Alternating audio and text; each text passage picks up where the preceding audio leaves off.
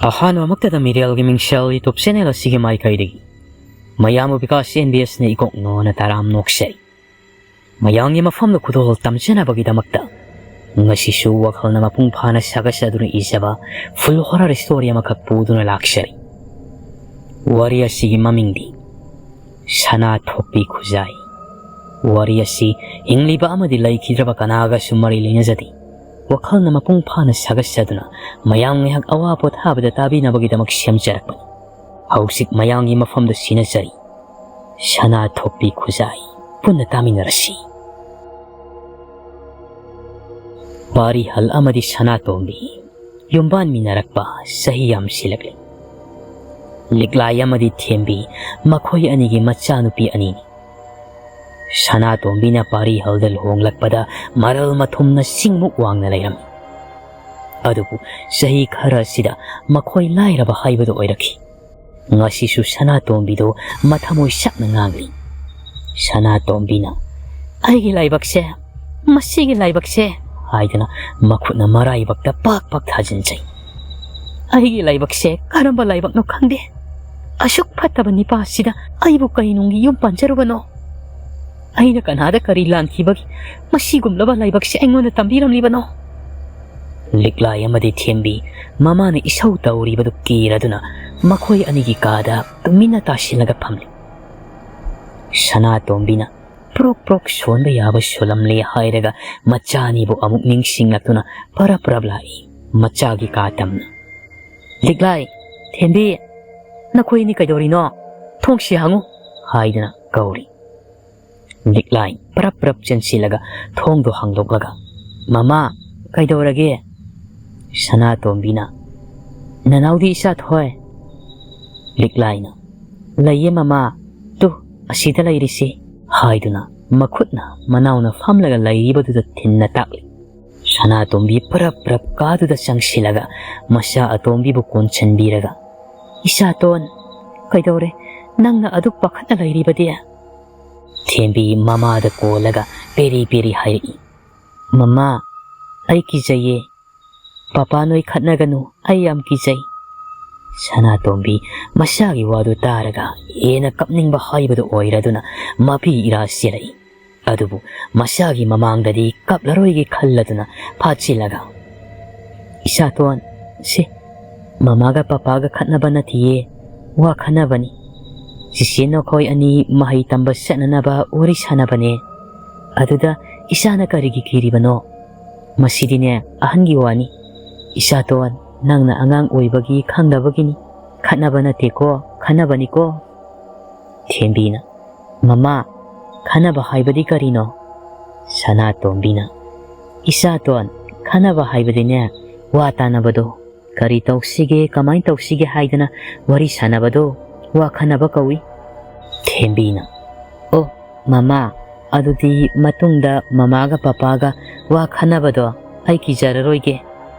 Sana tombisu hoi aduni dana isa ton di maramokpini yantabini mamagi sanani se mama sak thonglukige chichega lairing ihak aurairamuko.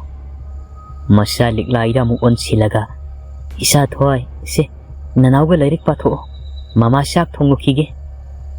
Liklaisu hoi mama haidana lairik khara puthoklaga panaba tawkhri.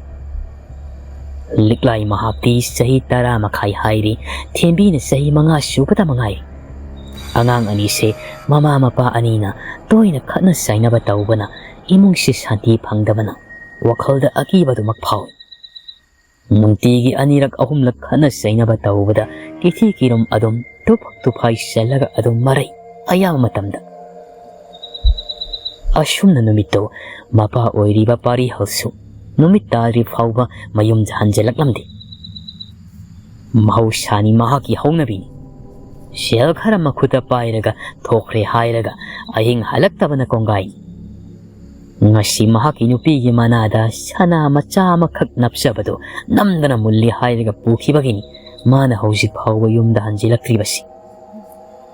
Haukre matamdusu numidangi pung tara makai helakpa tara mathoi taramdai mayu khara thakselya hairaga halaklaga ꯖ꯭ꯋꯥꯔ ꯁꯦꯜ ꯃꯥꯡꯕꯒꯤ ꯆꯥꯛꯀ ꯆꯥꯗ ꯈꯩ ꯐꯃꯨꯡꯗ ꯎꯞꯁꯤꯜꯂꯒ ꯇꯨꯝꯈ꯭ꯔꯤꯕꯅꯤ ꯁꯅꯥꯇꯣꯝꯕꯤꯁꯨ ꯀꯔꯤꯁꯨ ꯍꯥꯏꯗ꯭ꯔꯤ ꯃꯥꯅ ꯊꯣꯛꯄ ꯇꯧꯖꯔꯁꯅꯨ ꯍꯥꯏꯗꯨꯅ ꯋꯥꯗꯤ ꯉꯥꯡꯂꯔꯣꯏꯒꯦ ꯈꯜꯂꯗꯨꯅ ꯇꯨꯃꯤꯟꯅ ꯃꯥꯁꯨ ꯇꯨꯝꯁꯤꯟꯈ꯭ꯔꯤ ꯃꯇꯝꯅ ꯍꯧꯈꯤꯕꯅ ꯅꯣꯡꯉꯥꯜꯂꯛꯂꯝꯃꯤ ꯄꯥꯔꯤꯍꯜ ꯑꯌꯨꯛꯀꯤ ꯄꯨꯡ 4 ꯇꯥꯔꯛꯄꯗ ꯌꯥꯍꯧꯔꯒ ꯑꯣꯏꯔꯨꯝ ꯊꯣꯔꯛꯂꯝꯃꯤ ꯁꯅꯥꯇꯣꯝꯕꯤ ꯌꯦꯟꯗꯥ ꯑꯉꯟꯕꯗ ꯍꯧꯒꯠꯂꯦ ꯍꯥꯏꯔꯒ ꯂꯧꯕꯨꯛꯇꯒꯤ ꯄꯦꯔꯨꯛ ꯈꯔ ꯊꯤꯔꯨꯔꯒ ꯃꯗꯨ ꯊꯣꯡꯅꯅꯕ ꯍꯥꯏꯗꯅ ꯀꯟꯅ ꯑꯃꯣꯠꯄ ꯃꯟꯊꯣꯛꯂꯤꯉꯩꯗꯅꯤ ꯃꯥꯒꯤ ꯅꯨꯄꯥꯅ ꯑꯣꯏꯔꯨꯝ ꯑꯀꯥꯝ ꯋꯥ ꯆꯜꯂꯒ ꯊꯣꯔꯛꯂꯤꯕꯗꯣ ꯃꯆꯥ ꯑꯅꯤꯁꯨ ꯁꯨꯃꯥꯡ ꯃꯆꯤ ꯑꯃꯗ ꯈꯨꯂꯣꯛꯄꯤ ꯁꯥꯟꯅꯗꯨꯅ ꯂꯩꯔꯤ ꯄꯥꯔꯤꯍꯜ ꯃꯥꯒꯤ ꯅꯨꯄꯤꯅ ꯃꯉꯣꯟꯗ ꯍꯥꯏꯔꯞ ꯌꯦꯡꯂꯝꯂꯒ ꯊꯧꯁꯥꯗꯕ ꯃꯑꯣꯡꯗ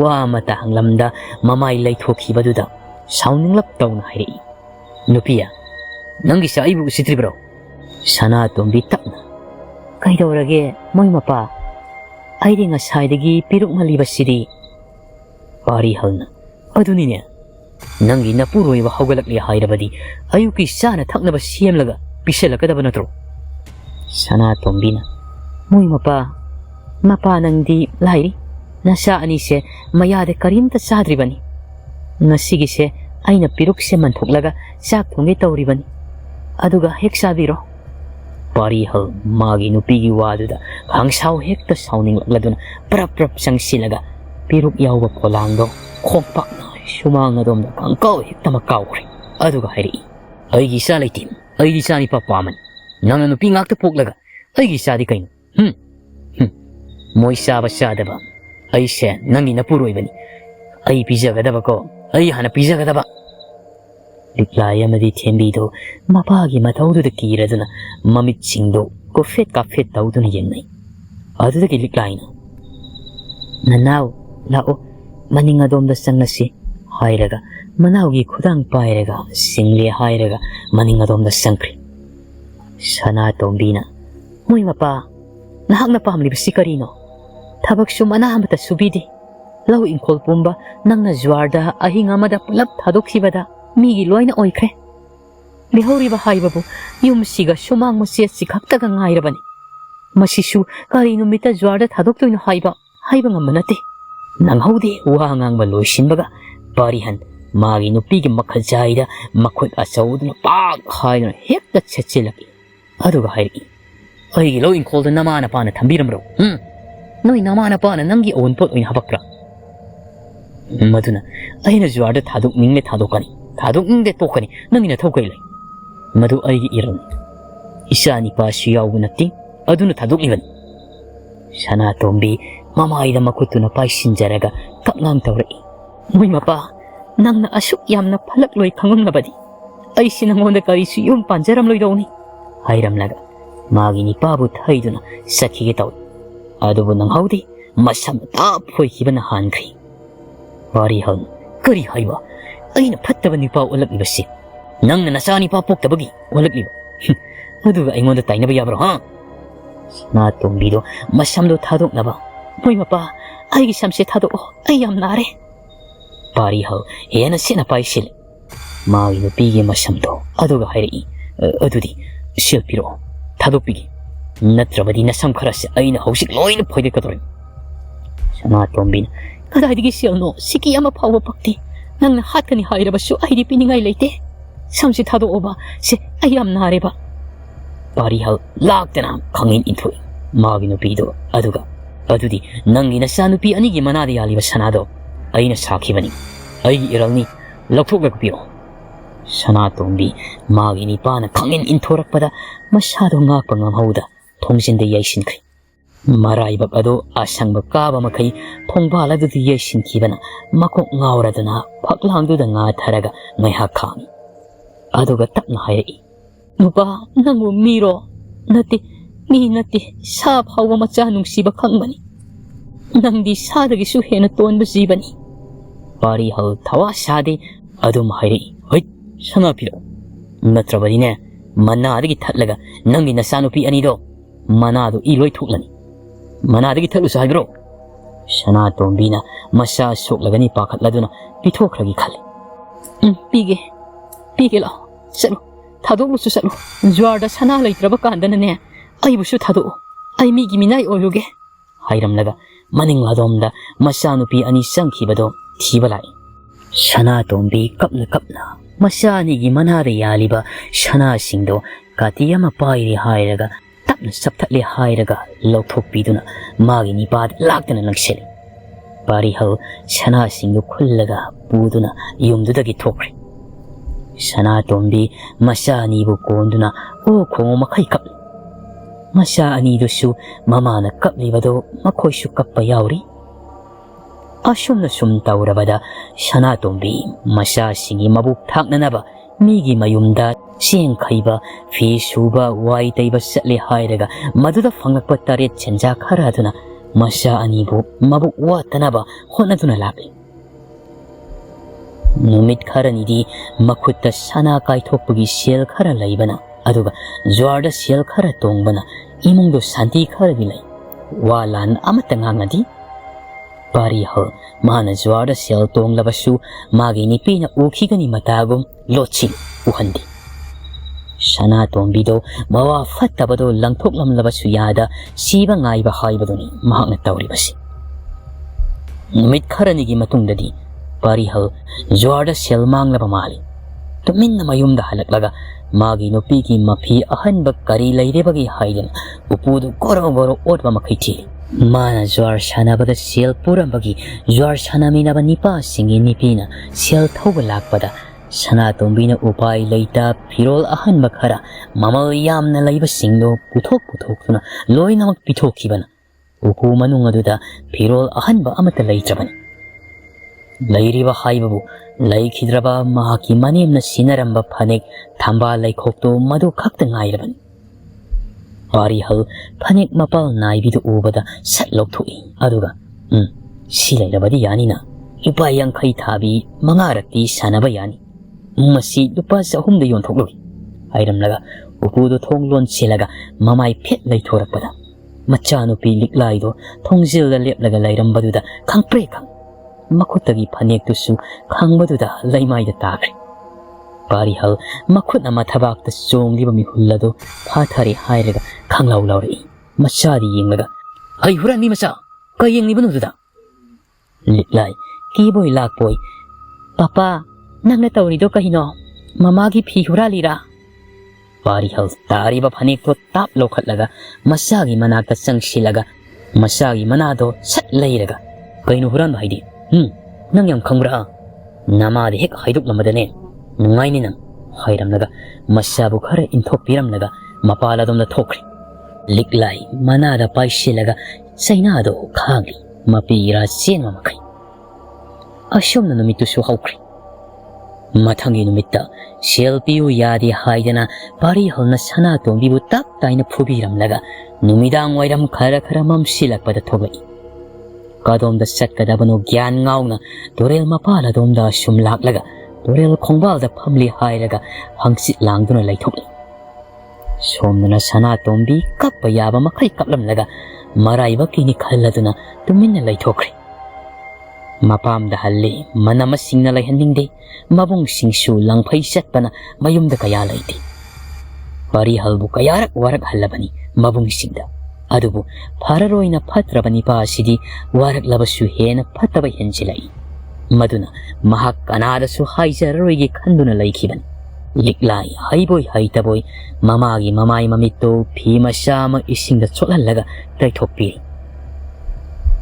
thembi sukap yaba kaplumlaga wadana mamagi nakalda tumthakri Shana tombi masaliklai mataudo musini yenglaga wakhalda khali Isa singse ay nalaibag thibana makhoisu thihallido He isor lairaba oirabasu ay isa singsigi nupa singdo jwarda laisuba nipa tadi ohenbigan upo somna na parihan asum phamlaga wakhal tawri Phungga Wari daga yauba sana thokpi sapuga do khullabadi ngaidoniko adu oirabadi ngainibo kaina wakal jat khallaga mondrang sana dana mami na koyeng yenguda ure langfit langba posakam mami na makol sangam daida aroiba mangalgi marakta turel wangmada masek mangal thoktana taraga lairibadu ubada phuk haugatlaga manna yengsalli.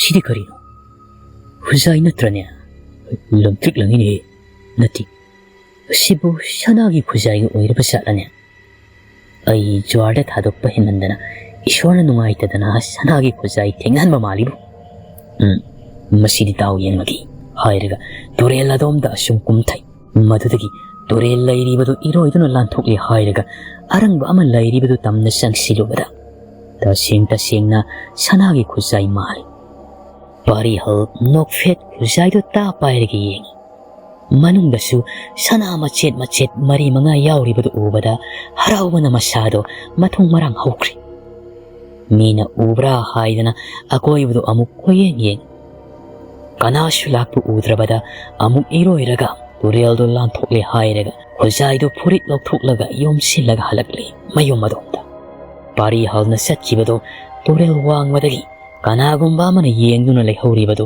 manadi khangkhidri nokfit dum chatkre mayumda sangli hairaga tumin kanana su khangloida mamafamda lochili yauriba sanado lokthoklaga mafamdudagi nokfit amu jwar sana famda chatkre pari hal wajaw ngangdana sanaga thachili ngasi sen nokfit tawraga sanabanara karino jwar du su daw yamna yai mana dom sel panglo lawi pangthoi de thoi pari ha noklaga aigi daw yabagi pali tare dana noina nungti gi tongbudo ngasidi aigi numit amuk tare mayam waruiba yadeko hairaga sel singdo makot khomjeli atai jwar sanaminariba mioi singado shawing mami tab haurabani isauga so amuk langnai jwar se sachat yelaga yendaga ai tawge nang yenba daw yade yaika asum marai phane yetnarabasu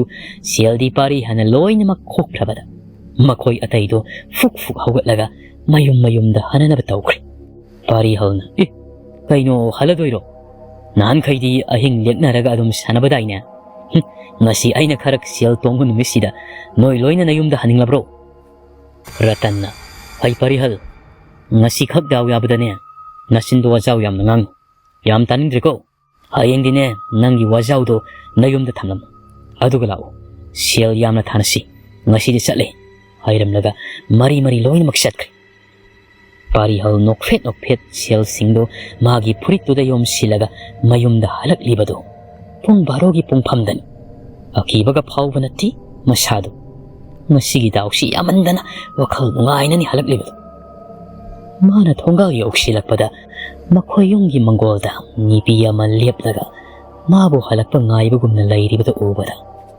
magi nupi oiraboi khalladuna hairap yengamni hairaga thonga gi konthong seiduda mamai sat on silaga lon silamne hairaga amuk on thorakpadadi kanashu leiramdre mangoldudadi pari halna masini bise aibu ngairamni malene ai lakpa ubada sankramali leiramdreni he khanna sanai adubu mana mangol karpadadi makhoigi yumgi thongdo londuna leirami karino masigi nupisina ai halakle khangna thong amuk lolamli basiba masi usitaba mali murum soli adubu sial tongbugi wakhal nungaibana isaudi langdre ingna tapna kawi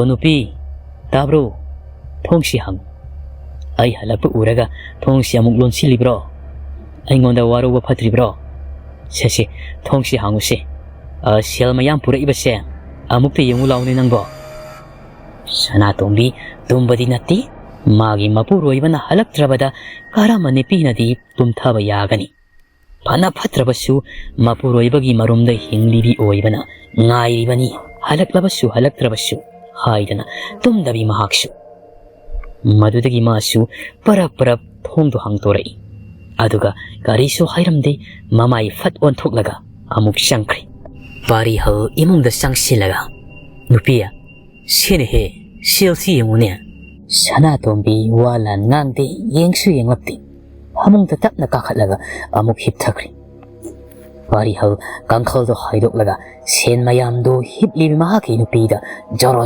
hetta hijil Sanatombi ikhang khangna kaino mangapa kani tawribasibo hairaga phamungda yengtharobada yamlaba sel mayam oiramaduda magi nipada engangang amuk yengkhalai pari hauna adu nangini nahan khaidi sel tatpagi sum khar ngangbagi wani ngasidai ai nganglaroi daw yaba haurabani nupi nangbo Sanatombi karisu haidi adum magi nipana nganglibado taraga lairi pari hauna adu nupia ai sak yamna lami saka laitrabro khara sagini Sanatombina laitre angang sing saba phauba konati sing yamna laitabagi pari hal ipa phadokna o phare phare sengdo hayeng walasi ngasidine ising khara thaklaga tumlagi ai hak leiraga nongsu ngalani dana nang tumjaro ko tumjaro sel singdo phajana thamjilu ko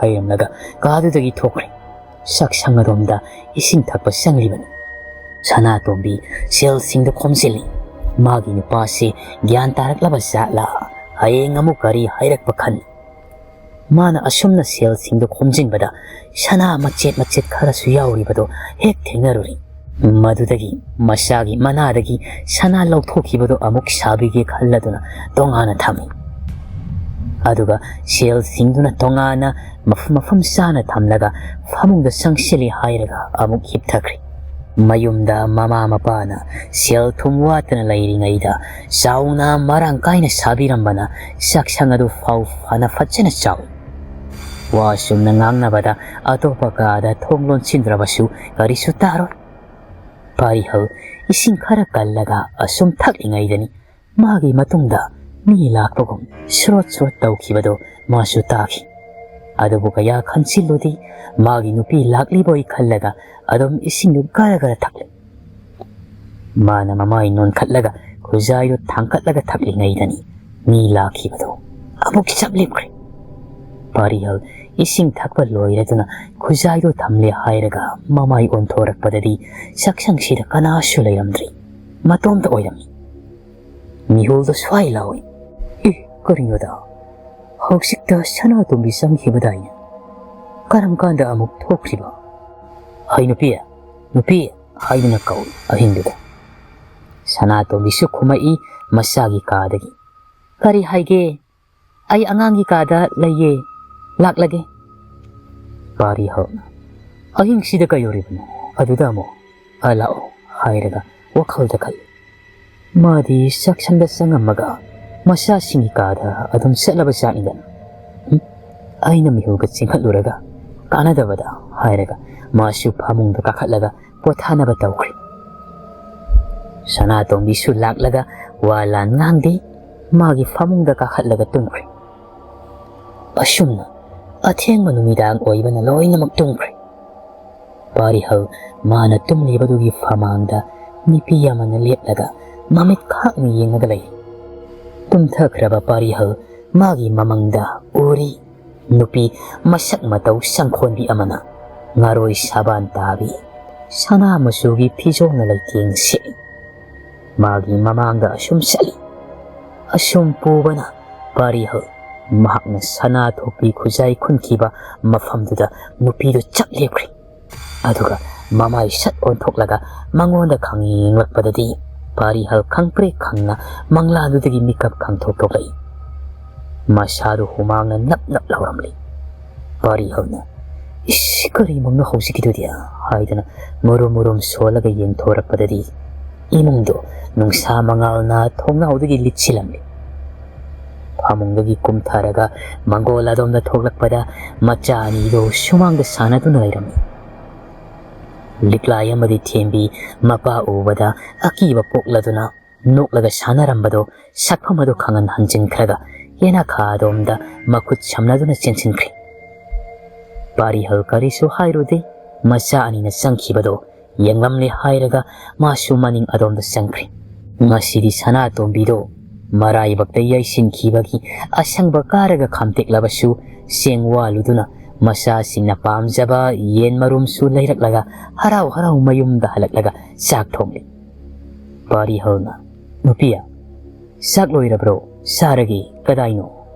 thengine nasaina thongba loisinda yadro wahangsu hangi adumsu leptana ngang Sanatombi pakhum pinanaba matam phangdabana adum kemta haidana ensang loisinaba hotnari Wari hal phamthakri sak pirakpa ngairaga laikri Sanatombi su sak to parap thiraga thangsilaga thami Wari halna kari ensang no yerum thongmani ne kayam lairige ne loina hapo ai horen phawmane kemta sadana lairudoi Sanatombi na kaino mapa ani ne hapsaribado lemhauribasidi isanigi oiragi Wari hal kaigino angang da yerum pijadoidia mabuk nungsit kanabanida kadaino hapose ai loina magsaragi haimandana tallaba male Sanatombi su yerum ani lemhauribado loina haplamlaga saksamdagi thokri Wari hal matom ta hauna loina magsathoklaga mabuk nandana sel araiba makhai loina makpuduna jor sanaba chatkri Sanatombi makhoigi kada sanglaga sel lauthoki yerum amuk lairuraga masani do pisagi khan arangi sel thamphamadudi adubu lupa amade hek thamlamde loina mak hek pukri mami uiselaga sauningado khangi angang anido yerum yaudraba alu mahi ngakta ngai horaba ensangdo hauna yena dana masina nau saminabado obada mama oibi mahakti kapningbana masado niknik lauraban somna pari hal hoi jwar kanna sanari ngasidi seldo itong tongni amukti mahakna lauri aduna purakliba seldo mayeng phanayamna tarabada sawing lawa horak tawraban masado sor amuktang sangna hontoklaga sanari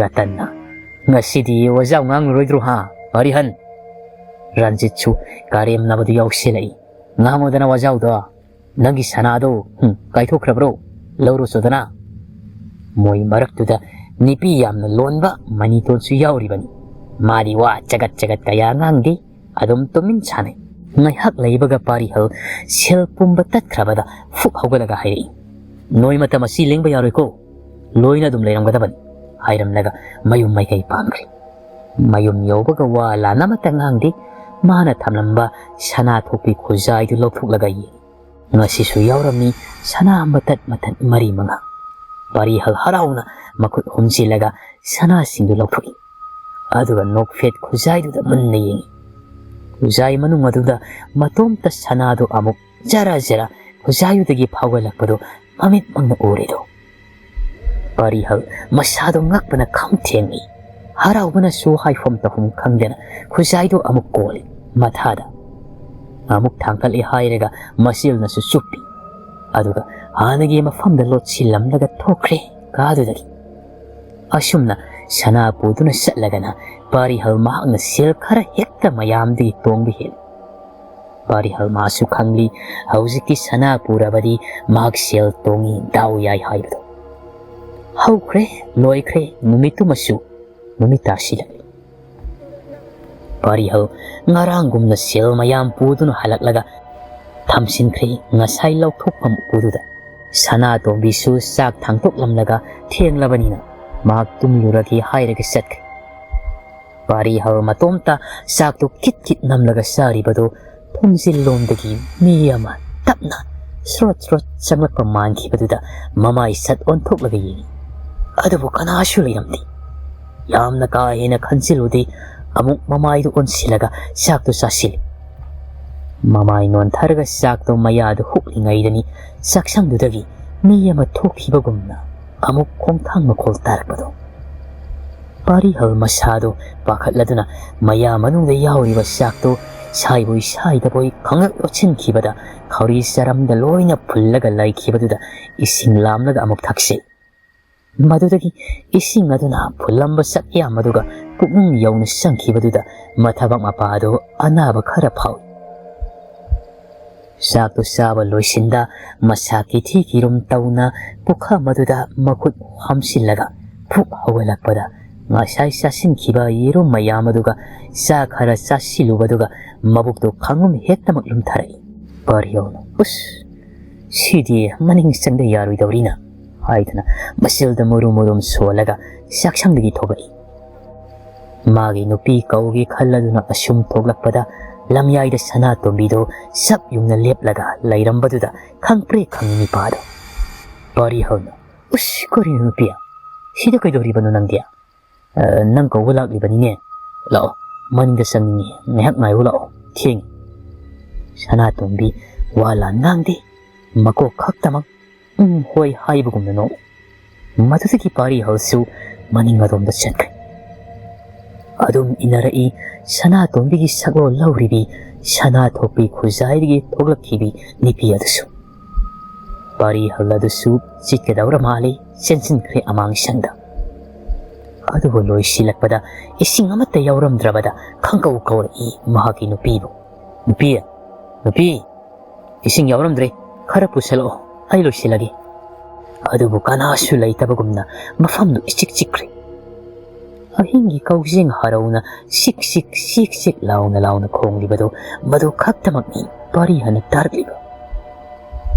Maning mayado mi laibagi manildi phangdi adubu karigumbada shro singbagi makholdi takna tarambadagi makholdu asum haurakpugumna tawri. Bari hal amuksu nipi haiduna kauri adubu kananasu khombiraktre.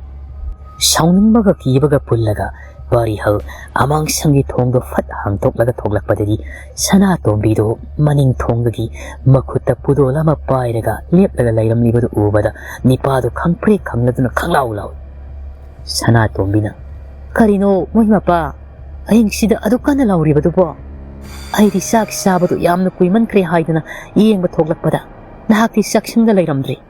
Aduga maning thongsi yang hangdoklaga lairambasida maisi paidana amang sanglamlagani haidana thoglakpada ngairibani aingonda amuk khangsilaklibadu. Bari hal pungangakri adubu mahangna ngaklibadugi maramdo thamli hairaga hairi. Nupiya ising yauramdri khara purao ai loisindrine. Sanatombi ising barti lama puduna laklaga magi nupagi mamangda thanamlaga mamai laiduna amuk satkike taw. Adubu magi nipana ngaiko sida layu haireklabada masu ngaiduna ngahak lairaga makoyani sangminarai imung adonda. Musi ngaliba may ngaladuda mi ani khaktani shatliba. Adubu mamidi mi ahum shatpugumna mami ahum thoklibado kanasu khangdraboire. Adum imung yaushinkre. Makoygi phamung kakhatlaga hipnakre. Adubu Bari halmadi wakhal jat khali. Amuksu khali masi thabak sumandadana jwar sanaraga adum laibagi sikoksi bera karaba jalane haida. Bari hal hairibani pasi akiba wari si mingonda atoho mida lithokluraga hena kiba hensilakpa mida makhaladuni. Aduna akiba thengnarabasu angang oiringaidagi matomta asum lotsilaga kauthok hangibasi magi hainabi oiduna lakpana ngasisu masada thengakhiba phauriba akibado magi haksang tangkhaini hairiba loinabi asida phauba haidoktabida matomta wakhal jat khanduna lairibani. Asumna wakhal khanna tumthakraboidi. Makhoiga punna mapaldagi sangminarakpa mami ahum subido Sanatombi KHUJAI laiba kaduda sangli hairaga KHUJAI manungda sat manil oina olaga paisinki. Maihaki matungda KHUJAI manung adudagi kauri nipi aduna kanabu Bari hangi mingbu kanagi khonjelda laikhidrabi mama kumbiragi khonjelda. Bari hal kauri bado mamangoi mahawoi oina tari tumning mehenmanbana adumak tumsinaba hotnari. Aduna mangda oina tari kauri bado. Bari hal imagi Bari lao asida ima pamge. Bari hangi manglanda mahagna angang oiringagi sakpamdo masamangna uzai. Araw sensili mamagi manakta. Aduga mamabu konsili. Mama nasu mabu sena konsinbirai. Asum ngihak laibaga angang oiringai Bari na mamagi mathadagi fathoklaga mamagi maithomna nokle hairagi yanglakpadadi mama ni khalibado mama oiramdri kana oirangi haibada. Sana masugi pijol setpi nipi ado oirambaduda angang oiriba Barido nupi ado khangin inthoklaga khongpham ani ahum handoklaga hangai. Nang kanano? Aigi imadi, haida. Sana masugi pijol setpi nipi aduna nokfet hairi. Imagi pari, imani, nang imabu masak khangdrabaro. Lao asida sakhin ima wa haige, ima konge. Angang oiriba pari hanna. Nate, nangdi aigi ima nate, nang kanano ay khangde hairaga sinki gito. Adubu nang haudi, sana masugi pijol setpi nipi aduna magi makuto kangsang sangtorak laga pari hal magi makhong ta phakibado. Taibang mang phau narak laduna pari hal tumlambado matom da mikap chat thogai. Phok hawalaga phami masado nga sisu humang anapi kangami. Pari hal na ish kari mangno marang mangda ukibini pido nga sisu uba kanano nupiyadaba. Magi nupigi phamungda amuk yengi. Sana tombidi nungaina ningaiduna tumlibadu ubada masadu ingthalaga amuksu mahak tumthakri hipthakri. Mathangi ayu sana tombi magi mathau pumba loisinjaraga sak thongba loiramlaga masaga do sak pijaramlaga migi thabak subiba sakri. Magi nipadasu karisu hairamdre nungaina tumlibadu amuk hawdoklurabadi saibirakani khalladuna hairamdabani. Pari hal mikap thoglakpada nungsana yakna saram. Nupanina irusu sunglu luzani khangdrabanina magi haibabu jwar sanabasi jak hek tokpaga sakhiba masina mahaki marun. Adubu ngasidi kari khalabano khangde iruga luzage taw. Macha anidi laiba ui magi nupidi udrabada machabu kaudun hangi. Hai, liglai, liglai, namadi. Liglai kichi kirum tauna. Mamadi migi thabak suba sakre. Pari halna. Oh, kanagidano khangro. Liklaina. Khange. Abok chawbi hoidani hairamme. Pari halna. Adudi lapti. Nama kaurusu salo. Liklaina. Kaigi kaudoi ba papa. Kai hayo haibano.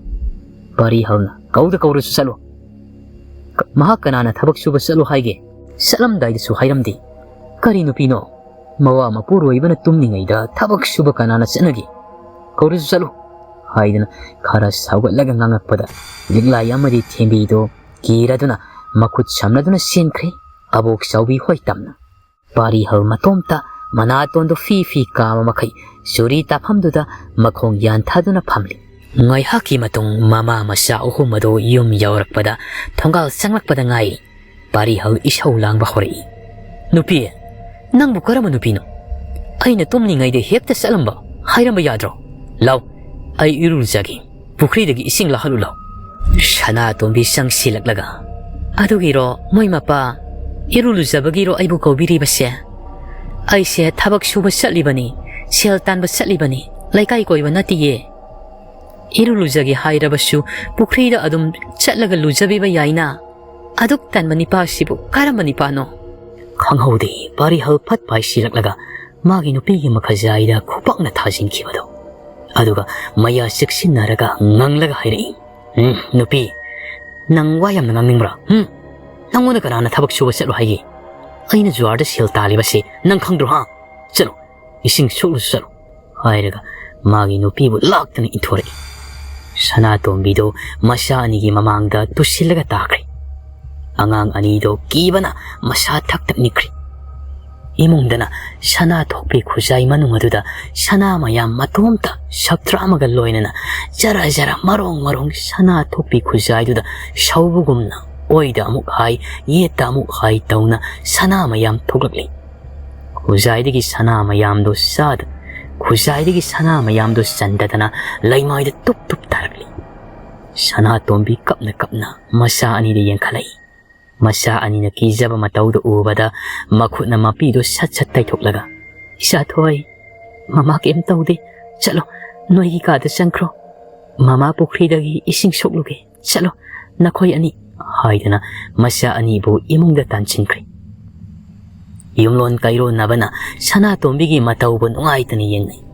Adubu kanana su garisu wala namata haide maramdi pari halna makhoida onsilaga kayarak saikrabani. aduna talladuna tumina sumlaine Sanatombi fuk haugatlaga ising sokpa satkri maning pukri dagi puduna lakle hairaga nungpak manakta ising bartil do satham pari halna hoi phadi sapondi khudai su puthro Sanatombi imungda sanglaga hairiba mayam do loina puthoraklaga piramli hairaga hairi yarabra ai satlagi migi sumang wai tairambani amukta loisi lokhige pari halna satpa yaroi satke sune ai satkhraga yani Sanatombi wa makha tadi imungda amuk prap sangkri masagi kada sanglaga masa ani bu kidana ba thimbiram angang ani do kappa fawbu he kidana makol thongna kapchaba ngamdri mapan amuk phubi gani khalladuna phaijup singkhatlaga lotuna phaijup manung aduda hik law makhai kaplaga lairambadu ubada mama oibi thamoyadudi hena puba ngamkhidabani macha ani bu setna konsin biraga Isathoi, isaton, noi ani bu kapatok losi. Mama na niya ngamuk ahaw ba laybi doy ni. Chuja kabuk laybi ura. Mangra hingan chaning bro, si. Tokwa ba kapli ba do? Atombi tembi di ngamuk palak pada kapatok ri. Liklay sungay haki matungda kapli ba do chaplip ri. Ani do mama na mapada pura roy drahang. Sana tombi na. Papa bu miyam na pugan bagi maong dani niya ngasidi niya mama na hayram dabi thabak set bagi papa do saw bagi ne hayeng khay pura roy ba liklay na mama nangonda papa na pubi ba do yam na nungaiti aduga niya yam na sukijay mama tembi su peri mama di sana tombi masa ani bu yeng laga se pura roy ba mama na niya lamhin bagi ni aduna niya nakoy ani sulam henba yadi ko angang ani do hoy haibugumna makok to sat nomi tanjadu da khangkau kaura imapana Sanatombi masa ani bu thamamlaga senthokri ani do kaplubagi hik singkhatlaga amuk sak manan hipthakri asumna waba yabu waraba Sanatombi do mapuroibagi saraidi adum ngamnaba injaraga laklibani Pari halna ai sak thangdoro nan makhai di matom da sabani matom da tau chabani handakti masada akiba khara phawbagi magi ni pida thaudari bani matom da laiba tandana saksang asida wakhalna ja chagatpagi oiramgani khallabasu magi no pi lairabadi akiba wakhal sagatti adugi sak saba loiba phawba sanghallaga pari halmadi chatkre jwar sana phamda Sanatombi masu masa ani do thiamjin biram laga thabak tauba thabak shuba satkri asumna hokhibana numita silakli ngasidi yumdo mawong am itau tawi kari suna tabada Sanatombi su akiba phawhalang amuksu nipi na kaplaga satchat khibagum na tai adu masadadi akiba kaya pirakti Pari hanna khulak liba sana thokpi khujai do lairembi amana dorel mapalda sathok lingaida khun khibani ni pasin lairembi asina pari handa uhan ngi yaun uhalibani warake khanna lairembi ase migi thawai saba lairembi mahakna nipi bu tathi na tauba nipi bu watpiba nipagi thawai sarak libase kuirak labani ngasidi lairembi mahaksu khangba ngam silakri Fattaba nipi otpa nipa sigi thawai ase chaningbana khaurangna nipa do halakpa ngai ayuktana sana thoi khujai digi aduga numidangdana lairembi mahakna oningba lango langai onduna imung asida lairi Sanatombi mahaksu yum asigi lining thau ipana khangjanana ba haidana samil khara di phangalibani asumna kina masado swai launa numidangi thabak pumba loisilaga ngasidi masagi kada punna tumli pungna thengsilaklabada sana masugi phijol sepi lairembi do mangol da leplaga lairi pari hal ngasisu sel mayam puduna monda nungaina mayum mai kai panglaklido pung tara mathoi makhai helakpa baro taram daini asum laklibado magi wakhal nara karino matungna mi inarakpa lakpugumna samil amasu phangakli Mamaidu laithok-lagi yengi wakhaldasu khali. Kaino thenglaba kansida kanano lambi lamjau sida chatlibasina. Adubu kanashu laklamdri. Swai lawi masa pumba. Amuk onthoklaga mayum madomda khongthang yangna thangaga lai. Madudagi amuk magi mang thaduna nupi manba ama chatlibado urakpaduda munna yengsali. Amambaduda uri sana masugi pijol setpi nipi manbido. Wakhaldasu khangning ningsangai magi mamangda ukhiba sana masugi pijol setpi nipido. Mihulga singum senganai tuhau singadusu khyau khyau matu summi. Parihal mahakti mayum gilambi oibana adum mayum yaunanaba sali kiraba sukina. Amuk hanba yadabanina laklibani. Manasu sali nipi adusu adum chatlibado makhoi thongaladumda satpa mana adum chali. Hanbaga taubaga nipido makhoi thongalda sat changkhibadu uhauredo. Parihal masadu ipai kangba horakli. Kibasu helakli. Tapna konthong seido hanglaga sanglaga nipido kanano khangthoklagi haidana koyeng yengi. Uranbaga oiraba sala haidana. Asum yenglakpada Mongol asumde hek yengselubada Mongol kasinda hauksikta sangkhibi nipido makokna khuruda upsilaga phamaga lairibadu ubada khangprek amuk khangi. Parihal kiboy khangboy hai kanano aduda lairibado khangai khangsinda hangi. Nupido mamai non khalakti hanglibado tadabagumna adum non tharaga phamlaga lai. As nipibo huranbu oirabasu tibidreda. Haina khallaga nipiduki manakta sangsilaga amu. O kanano sombo haina. Nipidu mamai sat on khalakpada kanasu oiramdri. Magi loinabi sana tombi oiduna lairambaduda parihal sora asangma mukhon toklaga shaurapna. Nupiya nangdi ahing sida kaidoriba. Nangdi aiki hanaba tawriba oire. Nupi nangna ahing sida lambi soroktaga koicha chatpa. Nang lamchat naidabira. Kadai chalu hayu. Hairaga sana tombigi waga haiba nangda sat non tharaga migi masamdo paidana hekta singkhali. Tanjaduda magi mapuroibana mangona nganglibadu taraduna parap thoraklaga thongdo sat hangtora I sana tombido. Parihal thong hangbagi makholduda thongsilladom de yenglakpadadi magi nupidi imungdagi thoraklibadu ubada masadu ipa pakatna. Magi manakta lairibi mana masam pairibiduda amuk yenglakpadadi karisu oiramdri. Mana pairibado sana masugi pijol khakta oirami. Sana tombi ingangakna magi mapuroibadi yenglaga waham tawri. Moi mapa kaidaurage karino pairibadubo kanagano wari sanaridubo. Parihal gyan chamamnari. Akiba na masado langgoy sanchinkri. Maklaka thara nikpa horai. Madudagi pairiba sana masugi pijoldo sat langthoklamlaga magi nupido inthoklamlaga imungda khangsen chenchinkri. Sana tombisu magi mapuroibana khangin ilambaduda ngakpa ngamhuda thongjilda mamangi matamde yaisinkhibagi khara pharakpa mafamaduda chapchana amuk yaisinkhri. Sana tombi maraiba pairaga adum mafamaduda gyan manglaga takhri. Mongola taraga lairiba sana masugi pijoldo laimaidigi jara paikhalaklaga imung madomda paisinki. Parihal magi famungi kangkhalladu chet yepsilaga yamna kina phaijuk manung aduda thak nikpa makhai lairi. Mathada sukoli jorda tonglakpa sel mayam amadi mana puduna sakhiba sana thokpi khujai digi thokhiba sana machet mayam adusu yauna.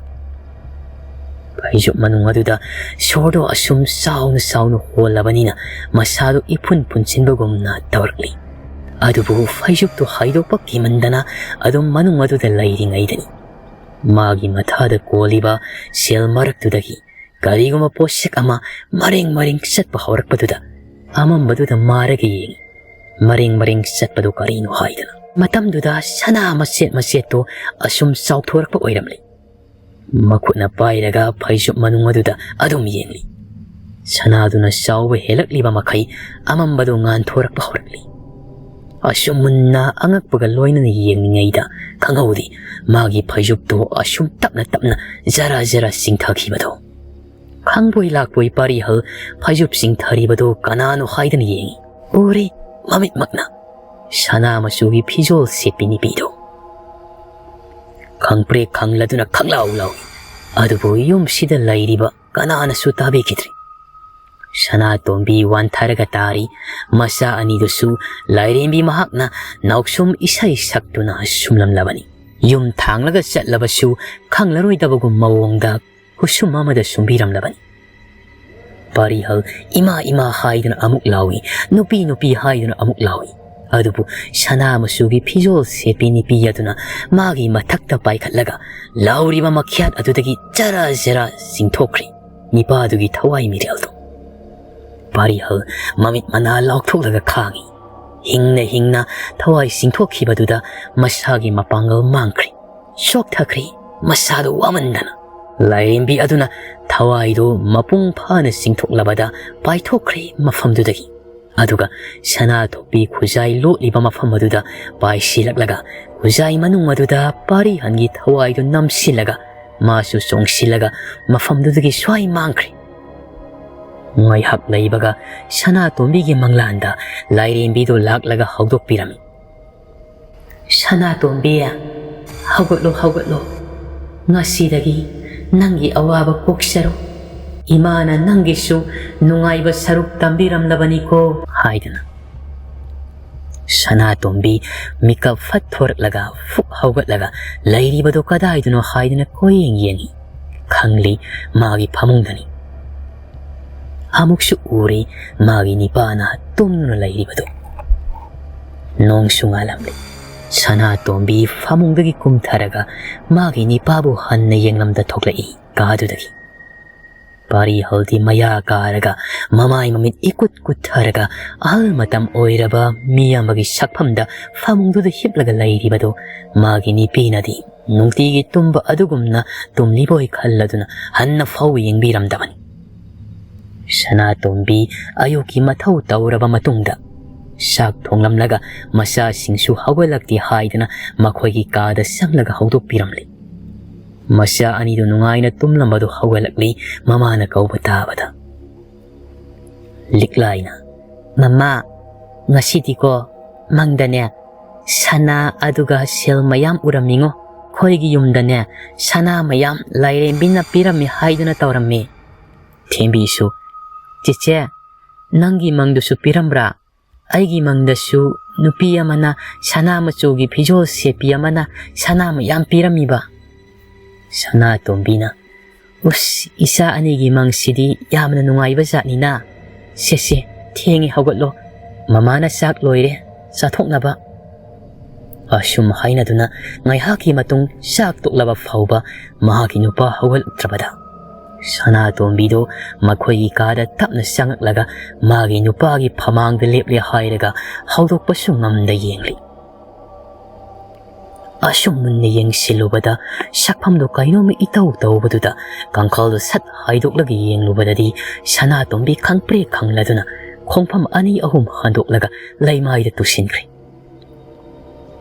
leikai miyam sangladuna pari halmagi mathau mangamsu pangthokpikri sana tombi parabasu phatrabasu mapuroibani laikidribasi aduna mathwaidi saklibani nukhrabi mingtholbu kananabu pambagi amuksu khalli nangna ot naiduna hingdoi saru isa singa siga ingna signa hingja horagi haidana asumne loisinkhre pari halgi tawfam thokpa sorasu nongma sana tombi hoigi kadugi mamangda lairiba kaduda wairam loisinge haidana sangakpada magi nipana sana thokpi khujai latlamba mafamado yauksilakpadani sana matum faklang mayada taraga lairibadu ubada ingang angna paikhatli hairaga yengi kadaidagi taraklibano haidana asum yengsilubada phi lairibadu sat lakhatlubada sana matum mayam pairaga lairibadu hek urakli